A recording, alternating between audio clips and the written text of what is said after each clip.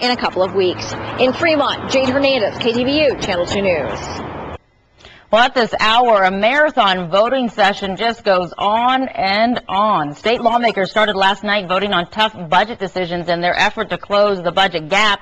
The Senate was able to wrap up their voting this morning, but at this hour, voting continues in the Assembly. KTVU's Craig Devereaux has been there all morning long and joins us now with the very latest. And Craig, the big question is, how close are they? Close but really far away is the short answer, Claudine. It's been more than 15 hours since the first vote on the first bill was taken in the Senate, but right now in the Assembly, Republicans and Democrats don't know when they'll take the last vote.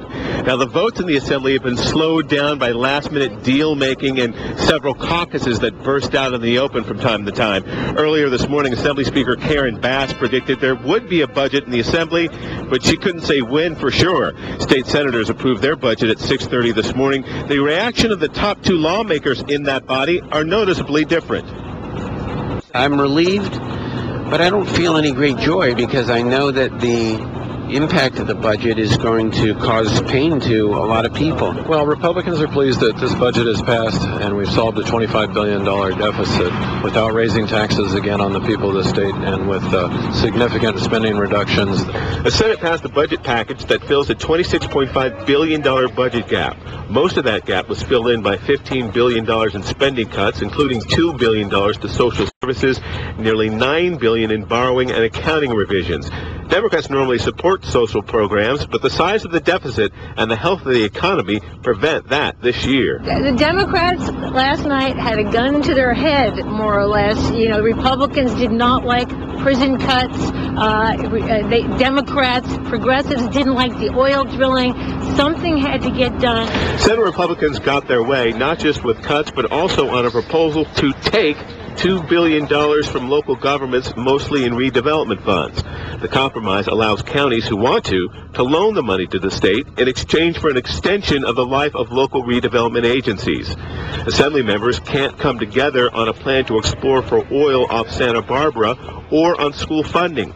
According to one Assembly member, the lower house doesn't appear at odds over the proposed cuts, but whether or not the vote which is taken is a majority vote or a two-thirds vote. But even if a compromise is reached, this same scene will likely be repeated in the near future. Ultimately, we do have a $40 billion cash flow problem, and that means we probably will be back here in the next 3 months kind of facing the same situation unless the economy gets better. And because of the economy in the Senate, the Democrats did something else they normally wouldn't do. They went along with an estimated $100 million a year plan to reopen oil exploration off the coast of Santa Barbara. Now, in the Assembly right now, the battle is over more than just a majority vote or two-thirds vote on the education bill. They're trying to find a way to put the money back into the education budget that they plan to take out, but they need a majority vote or a two-thirds vote in that case. Now, any bill that's defeated could kill this whole thing, but if and when Assembly members reach a compromise, then the governor is expected to sign both bills in a couple of days after that. Reporting live from Sacramento, Craig Devereaux, KTVU, Channel 2 News. Okay, we'll keep an eye on it. Thanks, Craig. And you can track vote as well as read more about the long budget battle by just logging on to our website. That's KTVU.com. There's a budget tab there you can click on for complete coverage. Well, there's word that California's